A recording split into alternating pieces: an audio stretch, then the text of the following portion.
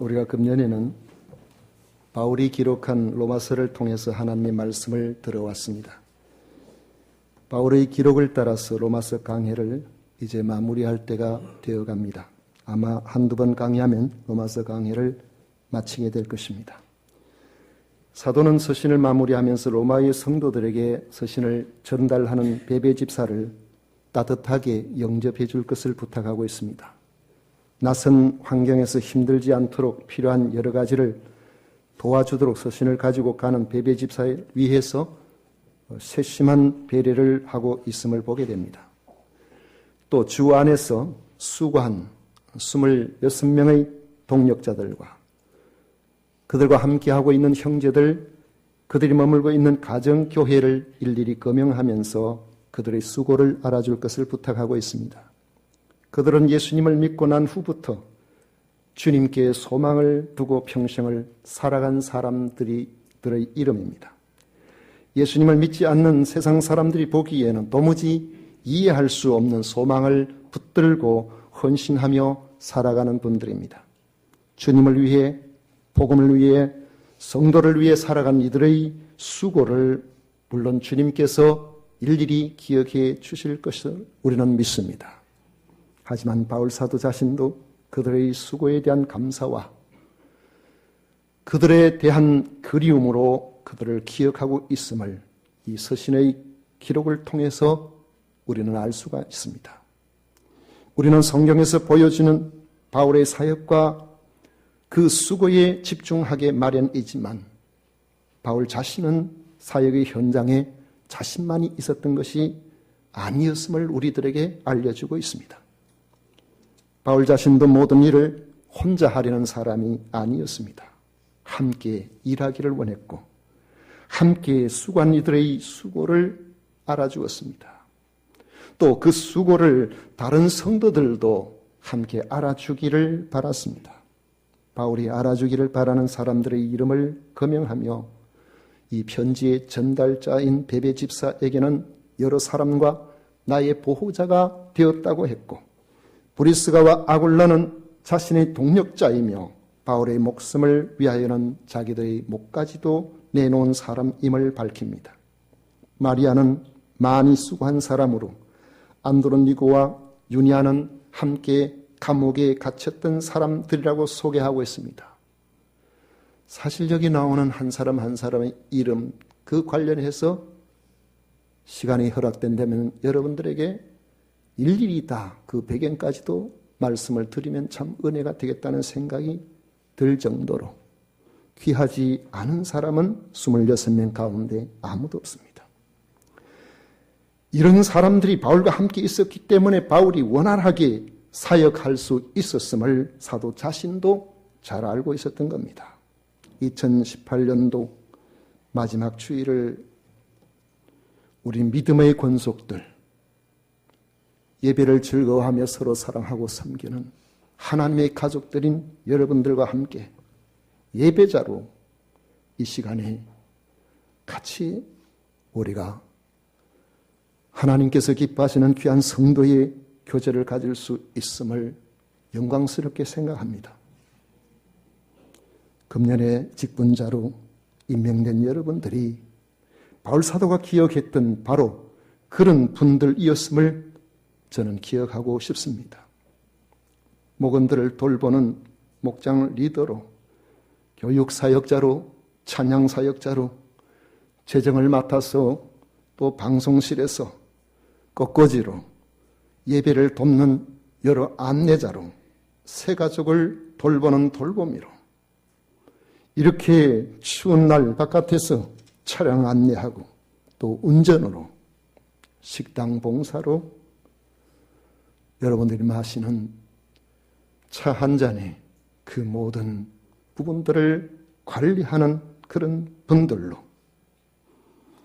또 여러분들을 섬기며 저와 함께 교회의 비전을 고민해 나가는 당회원으로 교회의 구석구석에서 힘들어도 1년 내내 내색도 제대로 하지 않고 수고하는 여러분들이 계셨기 때문에 오늘 우리 교회가 존재함을 기억합니다. 우리 주님께서도 여러분들의 수고를 반드시 기억해 주시리라고 믿습니다. 오늘 바울이 소개하는 주 안에서 수고한 동역자들 가운데 대표적으로 몇 사람만 살펴보려고 합니다. 베베라는 여집사가 나오죠. 베베는 고린도에 머물던 바울 사도로부터 로마서의 전달자로서의 미션을 부여받은 여인입니다. 1절, 2절은 바울이 로마의 성도들에게 보내는 베베에 대한 추천서에 해당합니다. 내가 갱그레아 교회의 일꾼으로 있는 우리 자매 베베를 너희에게 추천하노니 너희는 주 안에서 성도들이 합당한 예절로 그를 영접하고 무엇이든지 그에게 소용되는 바를 도와줄지니 이는 그가 여러 사람과 나의 보호자가 되었음이라 했습니다. 사도는 베베를 추천하면서 갱그레아 교회의 일꾼이며 자신의 보호자라고 했습니다. 갱그레아는 고린도에서 약 1km 정도 떨어져 있는 터키 쪽의 항구 도시입니다. 베베는 고린도에서 바울에게 전도를 받아서 예수님을 믿게 되었던 것 같습니다. 베베에 대하여 다른 것은 잘 알 수 없지만 바울이 그를 교회의 일꾼이라고 불렀다는 것은 그가 어떤 사람이었는가를 말해주는 중요한 단서가 됩니다. 일꾼이란 집사라는 뜻입니다. 공식적인 명칭이라기보다는 갱그레아 교회에서 없어서는 안 될 너무나 출중한 핵심적인 헌신자였다는 뜻입니다. 간혹 목회자들끼리 다른 사람들과 이야기할 때에 자기 교회의 성도를 소개할 그런 기회가 있습니다. 그때에 우리 교회의 아무개 집사님은 참 신실한 일꾼입니다. 그렇게 하는 경우가 있습니다. 그때의 일꾼은 그냥 집사라는 말이 아니라 그 교회에 없어서는 안 될 정말 중요한 헌신자라는 그런 뜻입니다. 직분이 많지만 이런 의미로 소개되는 일꾼은 따로 있습니다. 교회가 필요할 때 언제나 그곳에서 묵묵하게 자기 일을 감당하는 사람입니다. 이런 이들을 누가 알아주느냐? 이들의 생각 속에는 그것이 그렇게 중요하지 않습니다. 사람이 알아주고 알아주지 않고가 자기 사역에 영향을 많이 주지 않는다는 것이죠. 베베가 어떤 일의 일꾼이었는지는 알 수 없지만 믿음과 사역에 있어서 탁월한 헌신자였음을 알 수가 있습니다. 그에게서 바울이 개인적으로 인정하는 한 가지 헌신의 내용은 바울의 보호자가 되었다는 점입니다. 바울뿐만 아니라 그곳에 있는 여러 사람들의 보호자였다고 말하고 있습니다. 아마도 바울의 쉽지 않은 선교 사역에서 그가 발벗고 나서서 경제적인 도움을 준 것이 아닌가 그런 생각이 듭니다. 제가 예전에 전도사로 있을 때 서울 시흥동에 세강교회가 있습니다. 그 교회에 섬길 때 오래 섬기지를 못했습니다. 사정이 있어서. 한 1년 반 정도 있었는데 그곳에 황영래 자매 집사님이 계셨습니다. 그런데 그분들은 교회에 어려운 사람이 있으면 항상 그분들이 옆에 있어요. 교회에 힘든 사람이 있으면 항상 그 자매가 있었습니다. 교회에 힘든 일을 겪고 있는 사람들을 보면 언제나 그들이 옆에서 돕고 있는 것을 볼 수 있었습니다. 그들의 형편이 그렇게 넉넉한 사람도 아니었지만 섬김의 중심에는 언제나 그들이 있었던 것입니다. 그들의 섬김이 그들의 자녀들에게도 영향을 주었는지 그 황영의 집사 나중에는 권사가 되셨습니다마는 그 집사님 딸이 이름이 정미경인데 우리 교회 정미경 있죠? 그 자매가 직장생활을 했는데 어느 날 월급을 받아가지고 겨울을 들은 때인가 봐요. 그때 저한테 요즘으로 말하면은 패딩이죠.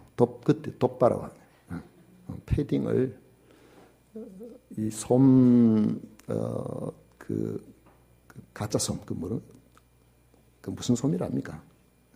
진짜 솜 말고 진짜 솜 무거워서 안 되고 캐심 그래 어려운 말을 그런 솜으로 불 붙으면 큰일 나요. 그래 그 된 하늘색 그 패딩을 하나 사가지고 왔습니다. 그때는 모든 것이 부족하고 어려울 때 양식이 없어도 말할 수가 없었고 교회에서 받는 사례 가지고는 살아갈 수가 없는 아주 절박한 상황인데 옷을 사입을 생각이 할 수가 있겠습니까? 그럴 때 어느 날 그런 패딩을 하나 가지고 왔더라고요. 그렇게 가난하고 춥고 어려울 때에 그때에서 받았던 그 하늘색 그 패딩이 나중에는 소매 끝이 널널할 정도로 입다가 더 이상 입을 수가 없어서 나중에 작업복으로 나중에 그렇게 했는데 항상 그것만 생각하면 늘 그 미경자매의 마음, 그 마음이 제 마음속에 따뜻하게 느껴져요. 지금도 기억으로 남아있습니다. 그 당시에는 참 따뜻하게 입었는데 지금 요즘 나오는 그 패딩에 비하면은 별로 따뜻하지도 않죠. 근데 그 마음에서 그런지 몰라도 요즘 생각해보면 요즘은 검은색 또 뭐죠?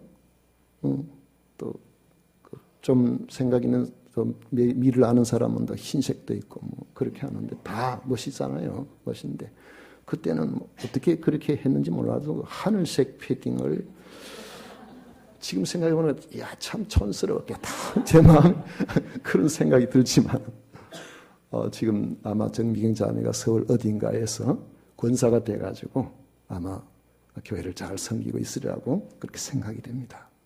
바울은 교회에 있어서나 자기 개인적인 면에서나 헌신을 아끼지 않는 베베의 모습을 감사함으로 기억하고 있었던 것입니다.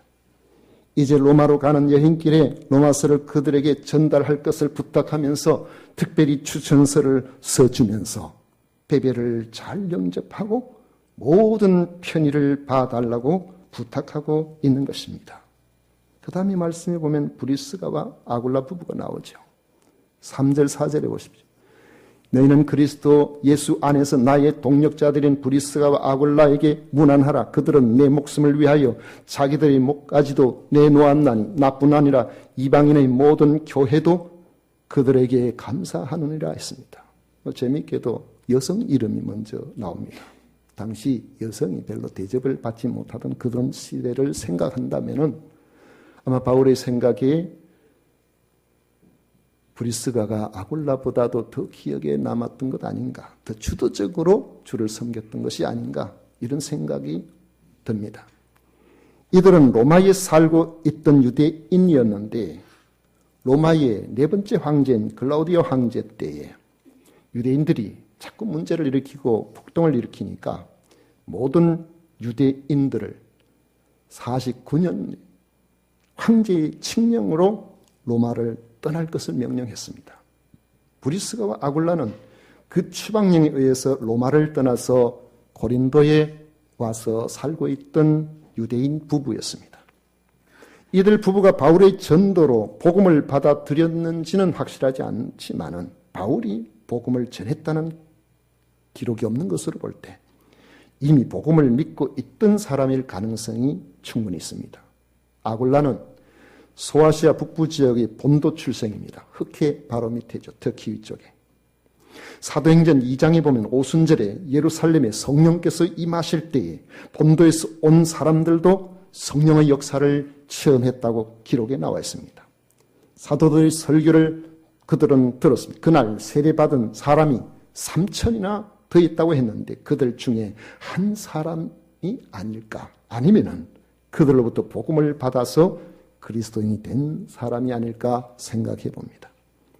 바울이 이들 부부를 만나게 된 것은 그들의 생업이 같았기 때문입니다. 아굴라 부부는 천막 제조업을 하고 있었는데 바울도 어렸을 때부터 천막 제조 기술을 익혀 그곳에 기능을 가지고 있었던 것입니다. 이런 연유로 바울과 만난 브리스가와 아굴라 부부는 바울의 복음 전파 사명에 고린도에서 동참하게 되었고 나중에는 자기 사업보다도 사역을 우선하는 사명자로 살게 된 것입니다. 바울이 고린도 사역을 마치고 에베소로 건너가서 사역할 때도 그곳으로 함께 건너가서 그곳에 머물며 사역했고 후일에 추방령이 해제되자 이 로마서를 쓸 때는 다시 로마로 되돌아간 것으로 보입니다. 바울 사도는 그들을 향하여서 나의 동력자라고 불렀습니다. 그들은 바울에게 동력자라고 들을 만한 충분한 이유가 있었던 겁니다.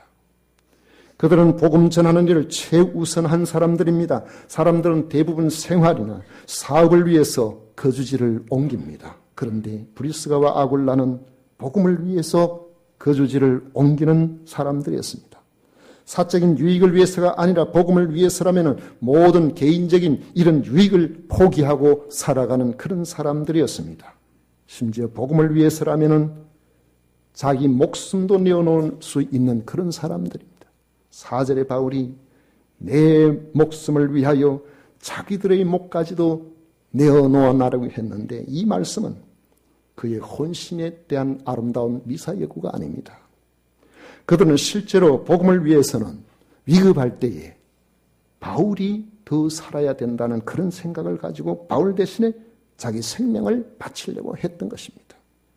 에베소에서 데메트리오와 유대인들이 폭동을 일으켜서 바울의 목숨이 위태롭게 되자 바울을 구하려고 극단적인 위험까지도 무릅쓰고 자기들의 생명을 바치려고 했던 것을 염두에 두고 한 말입니다.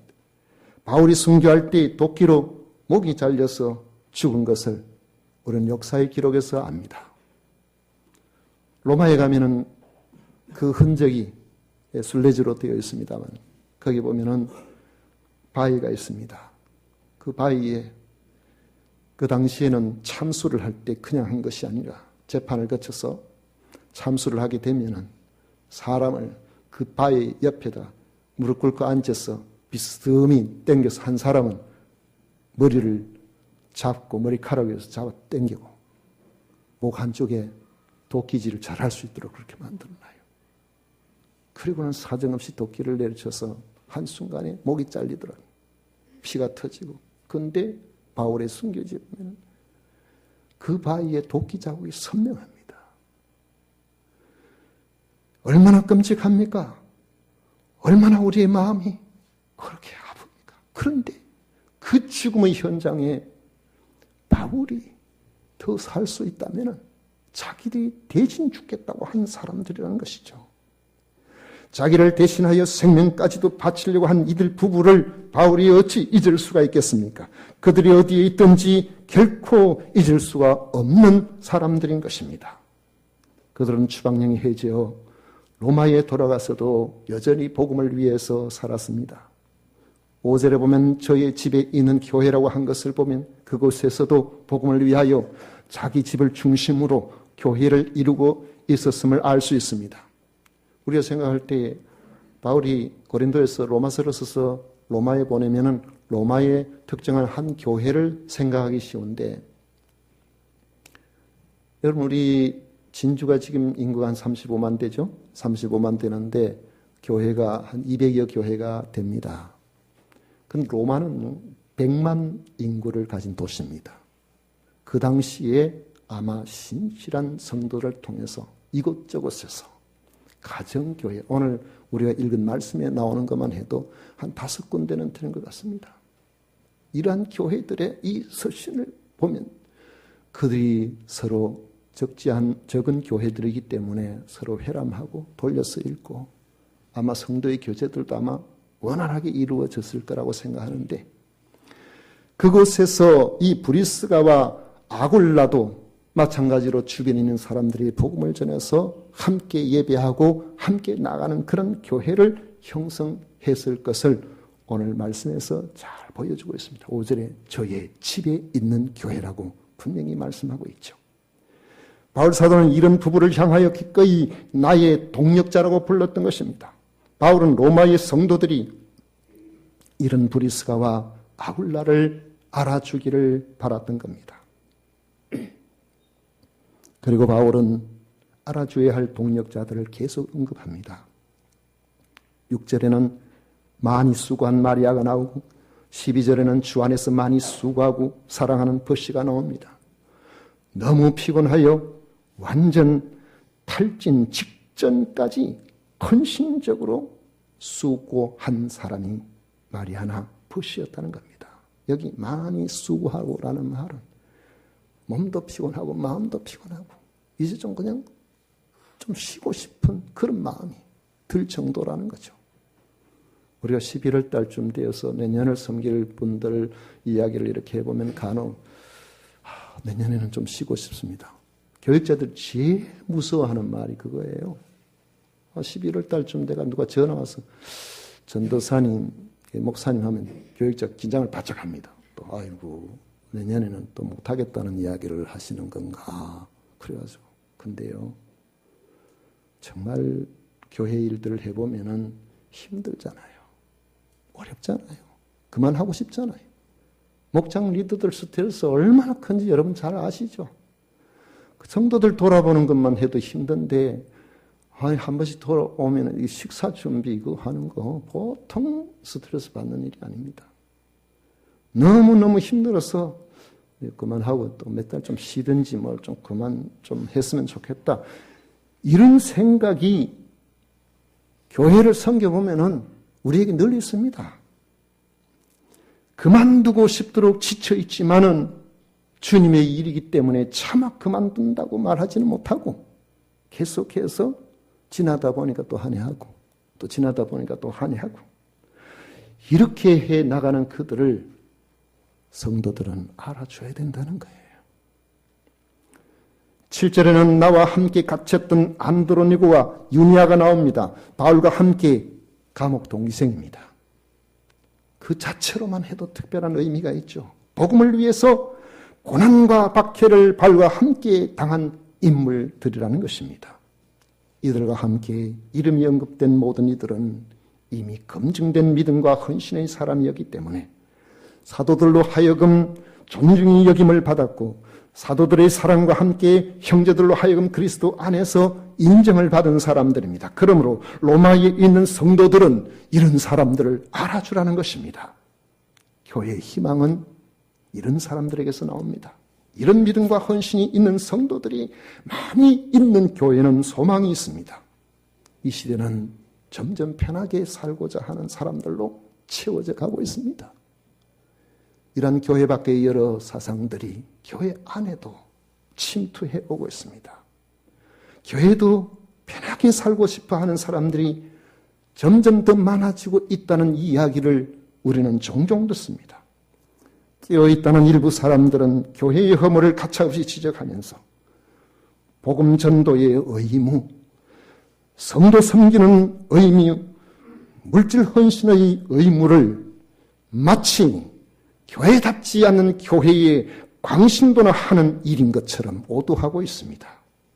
그리스도에 대한 지적 관념을 마치 깨어있는 신앙생활인 것처럼 착각하게 만들어서 교회를 무능력하게 만드는 사탄의 전략에 앞장서는 경우가 흔히 있습니다. 교회는 이런 전략에 넘어가면 안 됩니다. 교회는 오직 헌신된 동력자들로 말미암아 세워지고 확장되어져 갑니다. 지난 2018년 우리 교회는 바로 이런 동력자들이 계셨기 때문에 여기까지 오게 된 것입니다. 이제 2019년에도 이런 동력자들로 우리 교회는 계속해서 세워져 나가리라고 믿습니다. 이렇게 수고하고 애쓰는 모든 이들을 여러분 너무 당연하게 생각하지 말고 그들의 수고를 알아주시기를 바랍니다. 그렇게 하지 않더라도 주님께서 다 알아주시겠지만 우리가 서로 알아주고 격려하는 것은 우리 모두에게 더 큰 힘이 되기 때문에 그렇습니다. 운동하는 이들은 좋은 몸매를 만들고 싶으면, 좋은 근육을 갖고 싶으면 힘에 지나도록 운동합니다. 한계점을 넘어서야 된다고 그러더라고요. 턱걸이를 20개 할 수 있는 사람이 맨날 턱걸이를 20개만 하면은 이 몸이 그렇게 좋게 발전을 하지 않는다고 합니다. 20개 할 수 있는 사람은 그 한계점을 넘어서서 21개를 하려고 발버둥을 칠 때 이 근육이 확장되고 아름답게 된다 그래요. 그런 것처럼 우리가 주의 교회를 섬길 때에 여러분들이 지치고 힘들고 어렵지만은 지칠 만큼 힘들고 어려워도 이런 헌신으로 감당하게 될 때에 영육간에 하나님께서 함께 하시는 놀라운 은혜로 주의 피로 값지고 세우신 교회는 아름답게 성장하게 될 것입니다. 그리고 이런 섬김이 있는 곳에는 주님으로부터 오는 위로와 축복이 오게 될 것입니다. 이런 은혜가 금년을 마무리하면서 또 내년을 소망하면서 하나님께서 여러분들과 함께 하심으로 여러분들에게는 위로와 소망이 가득하고 주의 교회는 하나님께서 세우신 교회의 본연의 모습을 아름답게 갖추어 나가는 이 귀한 일에 우리 모두가 동참해 나가시기를 축원합니다.